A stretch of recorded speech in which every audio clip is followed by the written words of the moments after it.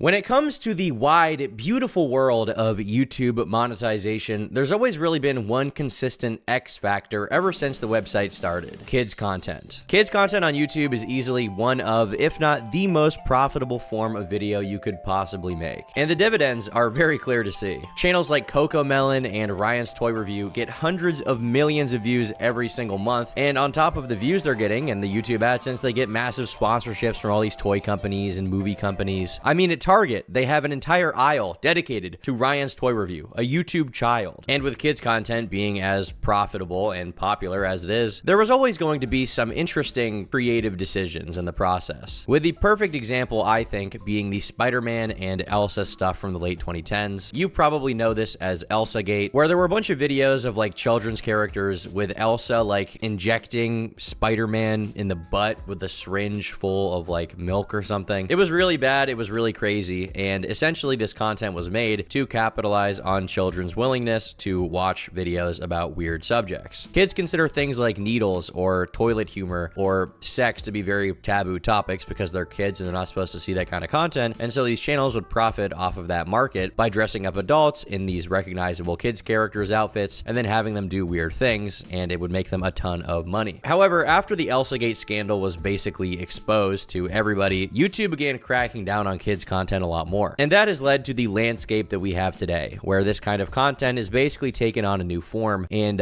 it is absolute insanity. So today, the channel we're going to take a look at is called LankyBox. Adam just pooped his pants! What? No, I didn't, Justin. Guys, because Adam just pooped his pants, I did not! let's watch the funniest poop games ever. I was looking around YouTube to see what kind of content was really trending and on the homepage and stuff like that, and LankyBox's channel would consistently come up for kids content. And upon clicking one of their videos, I was absolutely mortified by what I saw. Because this shit is too insane to not be some kind of like CIA psyop. So join me as we dive deep into the LankyBox iceberg. If you're over the age of 12 and aren't terminally online, chances are you've never actually heard of LankyBox, but apparently a lot of other people have. LankyBox has over 40 million subscribers and is the 31st most viewed channel ever on YouTube, with 44 billion total views on their main channel, which is right behind Ryan's Toy World and CoComelon. To put this in perspective, Taylor Swift's YouTube channel is in 45th place. These guys that are playing around with like poo-poo playtime or whatever have almost 10 billion more views than the woman who made like every popular song of the last 5 years ever. It's unreal. LankyBox was made by these two guys, Justin and Adam. I love this picture of Adam, by the way. He has these big, beautiful blue eyes. And there's very limited information publicly regarding his early life. All we really know is that they both developed an interest in media and entertainment early on. While they were in college, they met and bonded over a shared interest in comedy and online content creation. And this mutual enthusiasm for entertainment led them to collaborate and ultimately launch their own YouTube channel. Surprisingly, the actual early content of LankyBox was a lot more normal than you would think, especially compared to now. In 2016, they launched the channel, and it primarily focused on comedy sketches and reaction content. They started gaining some serious attention through their Zero Budget series, in which they made low-cost recreations of popular songs. And the series became very popular, earning them the nickname of the Zero Budget Guys. Over time, they ended up shifting their focus to playing Roblox, which is when they kind of established themselves as prominent people in the Roblox community, and their budget-friendly parodies also remain some of their most recognizable work during this time period. In their early videos, they used really inexpensive material like construction paper backdrops and chip bags as props to mimic music videos, and it was actually kind of interesting and cool. But due to YouTube's restrictions around copyright getting a little bit tighter, they've since transitioned from music video parodies to movie parodies. It's kind of interesting that from the get-go, it seems like these guys experienced pretty immediate success on YouTube, and while they were popular with like children watching their videos, obviously a lot of it is kind of kids content, it wasn't absolute cancer. It wasn't like CoComelon brain rot. It was pretty normal back then. There's this interview from 2018 where for some reason they just got interviewed by like the local news or something, and it's actually uncanny how normal they seem. This is not the Justin and Adam I know. Where's the skibbity? Where's the diaper talk? For comparison, this is Justin's voice on the internet versus his voice in a regular video. I think with Adam and I, it's always been a decision from day one to reinvest as much as we possibly can back into the actual brand of LankyBox itself. Whoa, LankyBox is in Squid Game too! It's kind of interesting hearing these guys talk about YouTube. They talk about it less like creatives and more about like the branding aspect of it. It almost comes across like they're side characters in the social network or something like that. In terms of their modern day-to-day uploads, compared to their old content, it's basically unrecognizable. I mean, they still do make content for kids, and sometimes it's about Roblox, but the differences in editing and what really makes this brain rot are super clear to see. Every second, there's some kind of edit going on. Every second, there's some kind of sound effect, fart noise, bruh sound effect, gadagadi, gadagada, oh nugget. There's always something going on literally every 3 seconds. It feels like you're having a seizure watching their content. And they also started reacting to this series called Sprunky, which seems like a rabbit hole in its own right. Did you know there are secret codes you can enter into Sprunky to unlock never-before-seen game modes? What happens if you type this code into Sprunky? Or what about this code? It's kind of hard for me to wrap my head around what exactly they do for content. I mean, on the face, it's pretty self-explanatory if you just look at the titles. Roblox gameplay, React content, etc. But clicking on one of these videos is an entirely different story. Like, you really just have to see it to believe what's actually going on here. Today we were watching the official Sprunky movies, and if you guys look closely, it is actually 3 a.m. We are gonna watch 3 official Sprunky movies at 3 a.m. All right, so two major things to note. First of all, I'm getting some major arcade Craniacs vibes from this intro, especially with the 3 a.m. bit.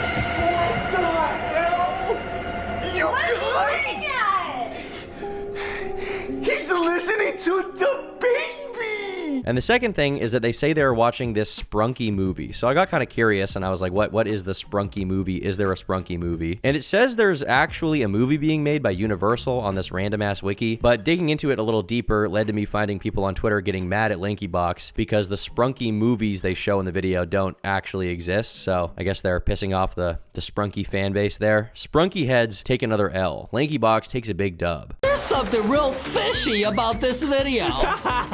Justin, you're right. I wonder what it could be. Today we are turning into fish and playing super fun and crazy games. I find these intros so interesting where they're like super hyper edited. There's constantly something going on. They put like a 3D version of their head over a model. It's absolutely nuts. Here with this particular video, we can see Adam and Justin Roblox poop, with the title being Roblox Need More Poop, funniest Roblox game ever, all endings. And I think the clip here really speaks for itself.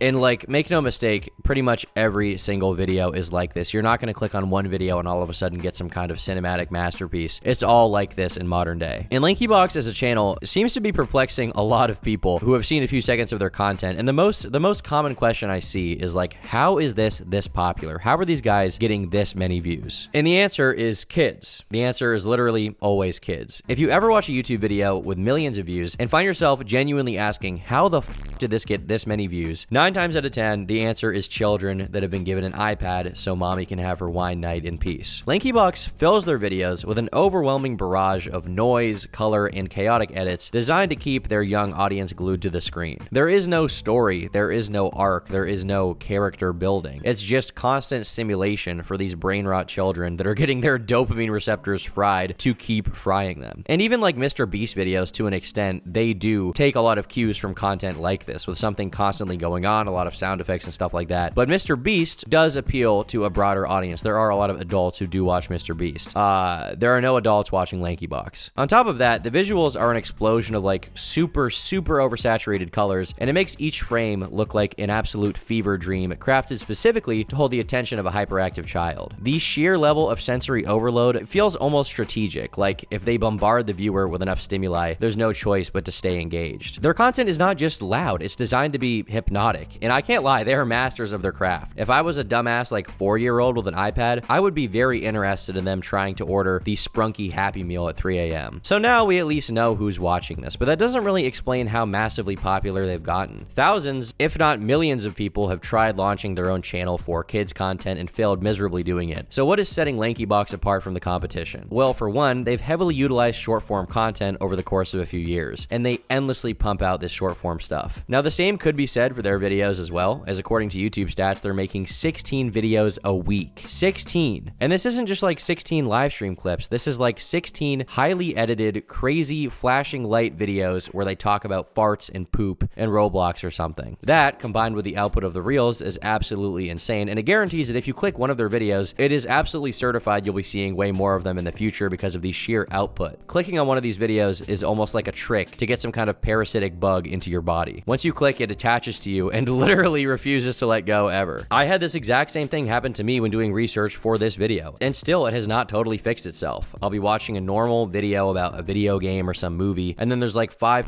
LankyBox videos in my recommended. Now, the second part of their master strategy is what they actually put in the content, especially in the reels. Most of the time, Justin and Adam don't even appear in them. It's just like a random conglomeration of whatever popular mascot or kids thing is popping off at the time, mixed with stock footage and audio and flashy bright lights. It's obviously very overused to call things AI generated now, but for some of these, I think they literally are. I mean, look at this shit. Like, what does any of this mean? And if you check the comment section of this video, you have people being like, why would a hero like Spider-Man just drown the whole city? I thought Justin can't swim. And then you have this guy saying, I love how LankyBox teaches their stories different from everyone else. That's my favorite part of LankyBox. Parentheses, I'm 8 years old, and that's why some stuff are spelled wrong. These are like 3-year-olds. These are all children. And this strategy is clearly a very effective way of getting the most people possible to click on their videos. So to recap, essentially what LankyBox does is they get any popular and recognizable thing, whether it be a topic, a mascot, a game, a character, anything that's recently blown up for kids, or just blown up in general, like Squid Game, something everyone's talking about. They then take that thing that recently blew up and combine it with another thing that is popular with kids, like Among Us, Five Nights at Freddy's, Roblox, and then that's literally it. They have a video topic. Then they crank that contrast knob up, add an insanely edited intro, bright lights, Vine boom effects, screaming, essentially just ensuring that if a child clicks on the video because they're interested in the subject matter, they stay watching the entire thing to maximize that ad revenue. Then the final step is to just crank these things out like it's clockwork, and I think the results really speak for themselves. The LankyBox channel currently has 10,000 videos, and that's just on the main channel, not including reels. Whoa, LankyBox is in Squid Game too! We'll both be battling against each other in crazy Squid Game challenges,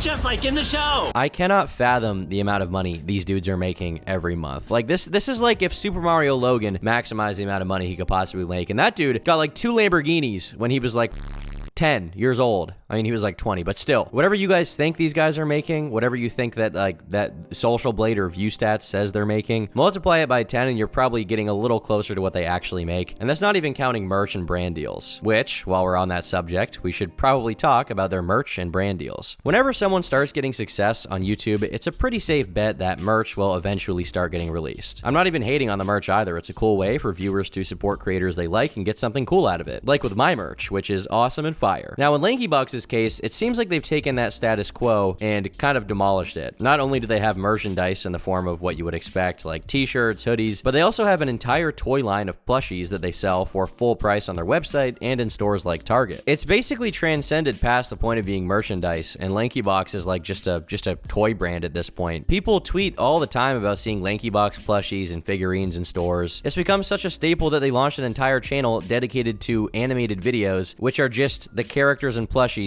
being animated to advertise them. And the channel where they just animate the characters that they then sell the plushies off of has 1 million subscribers on its own. Today, we're gonna watch a video where the guide to the Ban comes to life! We see characters like Ban, Banbalina, Nab, and even Slow-Celine! Looking at the actual plushies on the site, it almost seems like a parody because these have to be the most uninspired pieces of shit on this planet. Here we have Rocky, who is a rock. Boxy, who is a box. Milky, who is a jar of ashes from a camp in the 1930s. You get the idea. I don't even think these characters are based off of some like in-joke from the channel or some deep cut reference that the fans, or is fans the right word, that the kids would know, I guess. It's literally just the most generic IP friendly thing possible, and they decided to sell it as a kid's toy, which, despite the lack of creativity, I assume it's selling well considering it's everywhere and it's inescapable. It's almost like a dirty little trick they're playing on the parents. When a kid goes to the toy section at Target or something and say they want this Milky Milk plushie, the parent has no idea that this plushie is connected to a channel that makes videos where they watch a Roblox character shit himself with a cancerous intro. Get Max poop in Roblox need more poop. And even see me make Adam rage in the funniest fart poop prank ever.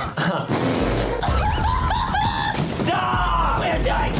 Guys, I did not poop my pants. We'll see about that at the end, Adam. When we play Roblox Need More Poop in real life. And plushies and clothes aren't even the only venture LankyBox have gone into. Out of every partnership so far, this next one is probably the most shocking to me for a reason, okay? Over a year ago, LankyBox would announce that they collaborated with Chuck E. Cheese. Yes, the official Chuck E. Cheese to launch their own food inside of Chuck E. Cheese for a limited time. This is insane! Guys, you can now get LankyBox Kitchen food at Chuck E. Cheese! That's right! For a limited time, you can now order a LankyBox Kitchen bundle at Chuck E. Cheese, which comes with mac and cheese, trading cards, Rainbow Foxy churros, and 100 e-tickets! Sadly, you can't order the LankyBox meal anymore as it was only for a limited amount of time, but the official announcement is still up on the Chuck E. Cheese website. Starting at $15.99, the bundle is now available at Chuck E. Cheese Fun Centers nationwide and features its signature packaging, complete with images of the brand's most famous characters: Foxy, Rocky, Sticky. Why is his name Sticky? I don't want to know. Canny, Thick Shark? They have a character called Thick Shark? This shark looks like a butt plug. Milky and LankyBot. I have a game theory that LankyBox is like at least partially responsible for the word brain rot getting so popular. And that word in and of itself originated from Zoomers seeing shit like this that kids like and using words like skibbity or gyat or Ohio and then like reclaiming it to be an ironic meme. But the funny part about all of this is that older generations pre like the MLG parody days and whatever else, they were like, what the hell are the kids up to? And then it became like an ironic thing. But this is just like it's like a cycle. Everything is just ironic. Everything's just looking at what the younger generation is doing, saying it's cringe, and then taking it and becoming it. That's what we're doing now. I mean, Skibbity Toilet was literally made with Source Filmmaker, which is the same exact software that people were using like 10, 15 years ago to make all those silly TF2 edits. Any We Like to Party fans out there? Any Team Fabulous 2 watchers? The largest of these types of videos have like millions and millions of views, so it's honestly no shocker that something like Skibbity Toilet would blow up in the way it did. But the difference between something like LankyBox and MLG parodies is the way in which it's made. MLG videos back in the day were largely passion projects made by a few autistic people on the internet who wanted to make a funny video. There was no real monetary incentive. Dudes literally just would sit on Sony Vegas for like 3 years straight and then post one video for the love of the game. But in LankyBox's case, their videos are pumped out like a factory and feel like they're kind of min-maxed to make as much money as humanly possible from the children watching. It's very, very soulless and there's nothing really ironic about it. Like it's just made so that kids watch it and they make money. Which, I mean, you know, I'm not going to blame anyone for wanting to make money off their content, but I will say the next generation is absolutely f***ed. And some of the stuff they have in these videos are like definitely crossing the line in terms of kids content. Like, don't get me wrong, I can't help but laugh whenever I see a LankyBox video. Like, it is absolute cancer, but it's so dumb, I just can't help. Like, when a malnourished Asian man with pink hair is screaming at me about how he's turning into Pomni, it does put a grin on my face. Although I will say, this kind of content, with the amount of kids that are viewing it, I think it could cause some problems with YouTube in the future. Sorry, but not sorry. Godspeed, LankyBox. Or maybe bad speed, devil speed.